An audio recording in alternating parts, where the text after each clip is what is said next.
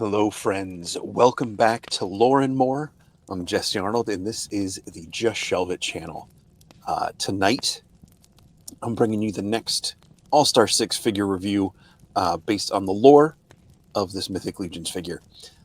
So settle in, get comfy in your chair, or adjust your headphones, whatever it is.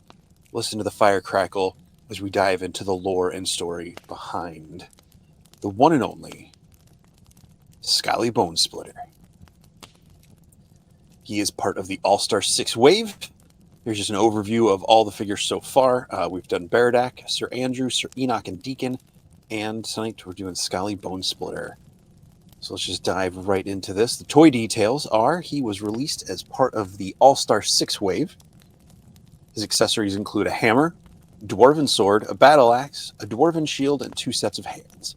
He comes with additional heads. The new head for this figure and the alternate head is first released on the Deluxe Barbarian Legion builder a couple of years ago. His character details: Skalli is part of the Congregation of Necronominus, one of the Dark Four. His race is listed as a dwarven skeleton, and his role is Marauder. Take a look at the maps here. So here is the main continent of Mythos with the Northlands up at the top. And down off the southeast coast of the main continent here, we see a little island, or maybe it's a smaller continent. I'm not entirely sure. But this is a place called the Deadlands. That is the home base of the congregation. And their central location there is known as the House of Blessed Bone, where Morgulith, Malleus, and Brother Mandibulus served and taught and led the congregation in the absence of their father Necronominus until his return. And just to further on, since Skalli is part of the congregation, serves the Necronominus, but he does hail originally from a little settlement called Vikenfell up in the cold, barren Northlands. His biography reads: in life, Skalli Bonesplitter was one of the most callously ruthless marauders from the northern settlement of Vikenfell. One of those who succumbed to the curse that befell these warriors. Skalli's cruelty has only grown in death. This undead dwarven fighter leads a force of skeleton raiders from the colds of Vikenfell toward the center of Mythos, where he will bring death to all who cross his path. So Skalli's connections, some are listed right in the bio itself. He does have a named connection to the Skeleton Raider figure, which will be the next review in this series. But being from Vikenfell, it is fair to assume that he does have affiliations with the Undead of Vikenfell. It was part of the Retailer Wave earlier this year. He is connected then through Ilgar and Malleus, which is where this curse, this deal that fell or befell the people of Vikenfell comes from. Now, before I get into some more of this, I am going to check over to another couple of bios.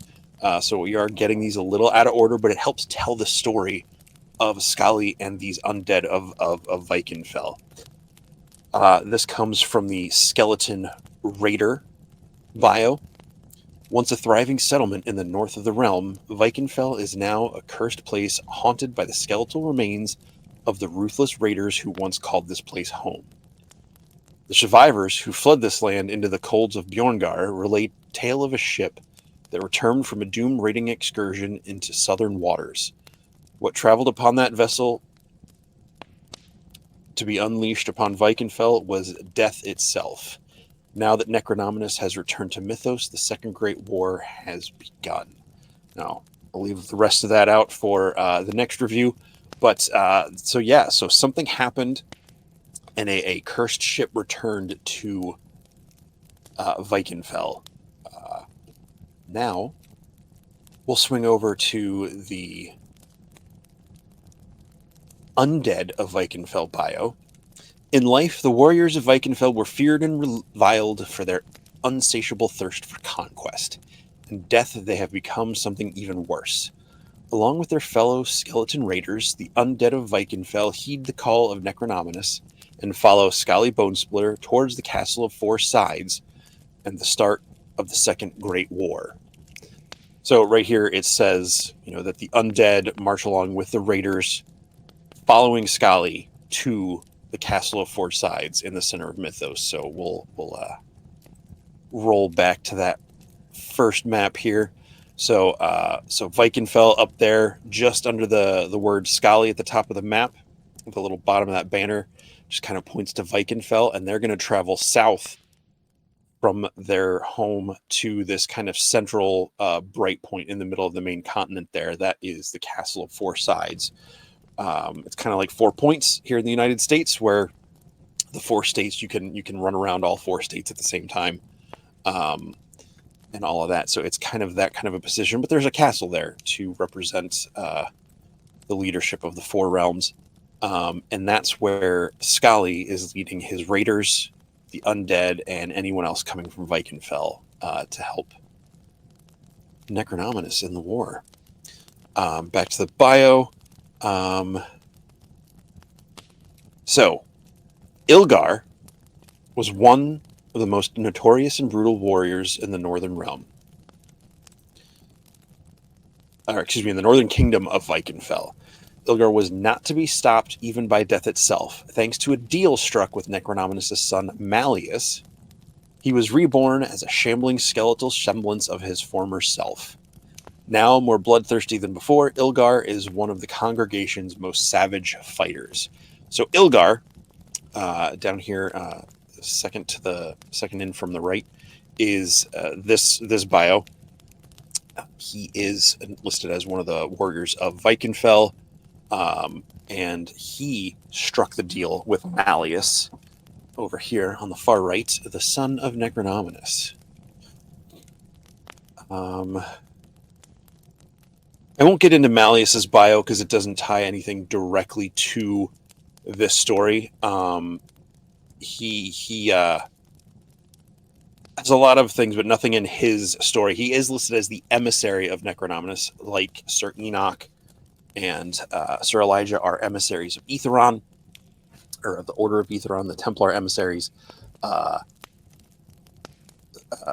Malleus is listed as the emissary of Necronominus. So he, struck up a deal with Ilgar at some point in the past that when he died, he became a more horrible version of himself. So that's Skalli's crew here. So we've got Ilgar, not necessarily listed as a leader, but as a Viking. So he somehow made this deal. We don't know how it all tied together yet, but he makes a deal with Malleus. And maybe this is on their trip south, this ship that returned in the Undead story, or the Raider story, the ship that came back to Vikenfell carrying death itself. Maybe they converted and were stripped of their life and turned into these skeleton warriors. And Skalli and all of them were part of this. Who knows? We'll find out when the lore book comes out, either the first part or the second part. I'm not sure where this story is going to fall. But it's just really cool that there's this Viking-esque kingdom in the north that enough of them agreed to become undead warriors and return home and send the rest of the people fleeing to different lands. I think that's pretty crazy.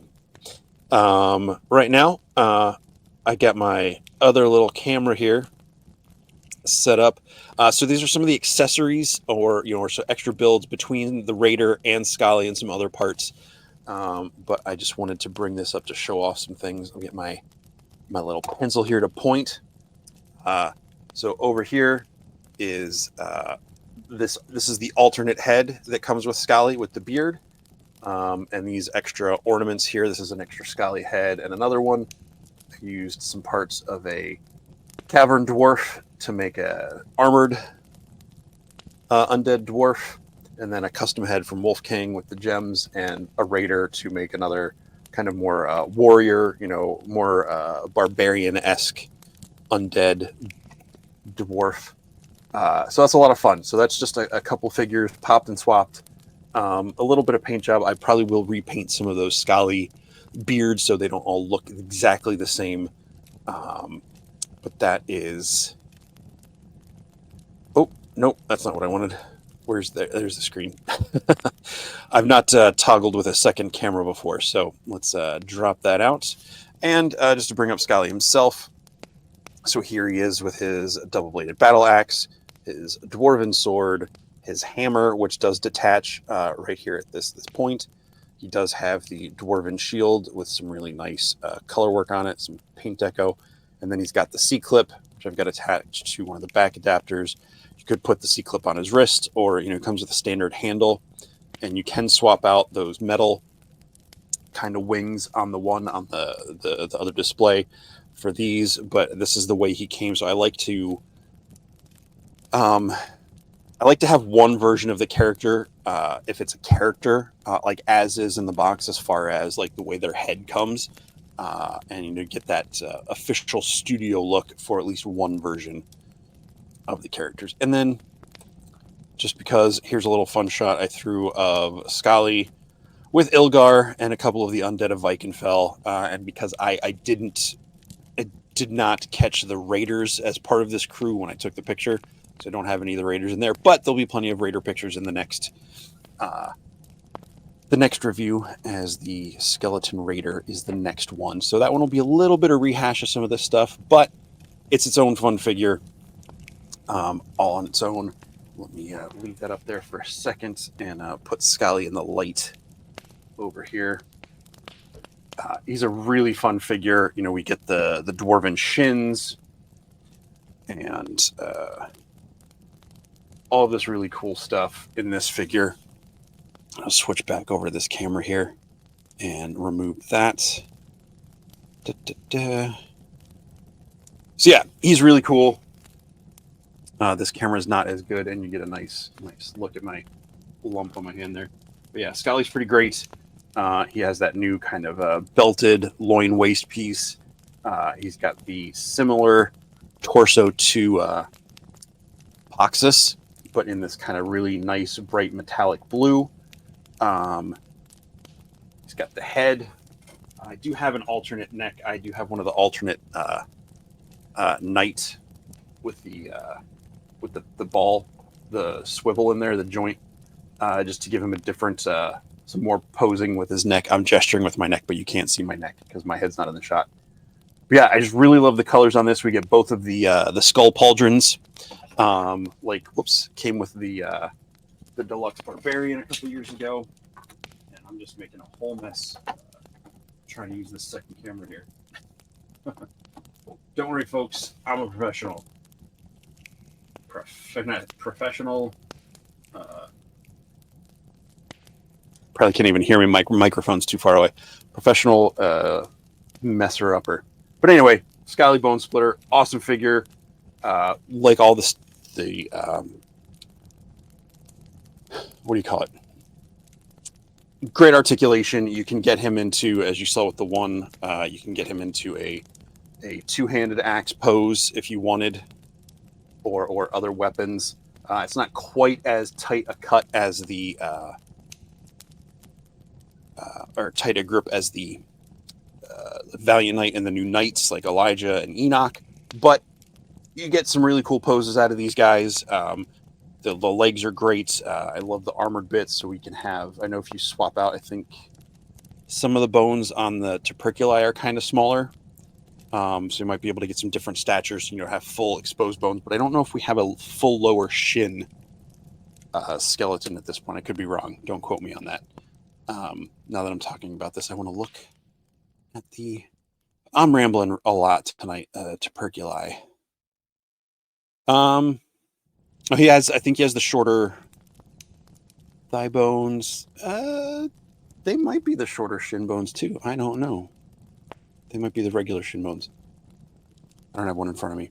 But yeah, that's Skalli Bonesplitter and his Raiders and the Undead of Vikenfell and Ilgar. Really great figure. Great addition to the skeleton ranks. Great addition to some dwarf parts for more dwarven skeletons. All in all, awesome figure. Love him. Got a couple of them so I could make a couple of these Undead. You've got that torso, so you can pop that torso out and use it. Does have the removable chest plate if you have some of the 3D prints, or if you want to use one of the other Mythic Legions chess pieces that fit in there and repaint it to match that blue. That blue, that metallic blue, is really striking on him. I think that's a really cool color. But yeah, that's it. Well, thank you, folks, for joining me tonight on tonight's very scatterbrained Lore and More. I guess that's what I get for doing this on a holiday, and my brain's a little full and all that. But thank you for being here. Let's see, more Skeleton Raider will be up next later this week. For those of you that are members and subscribers to the channel, thank you so much for being here. All that jazz. You know how the buttons work. If you want to do it, do it. If not, cool. But thanks for watching. I'll catch you next time. And, there's always more lore to explore.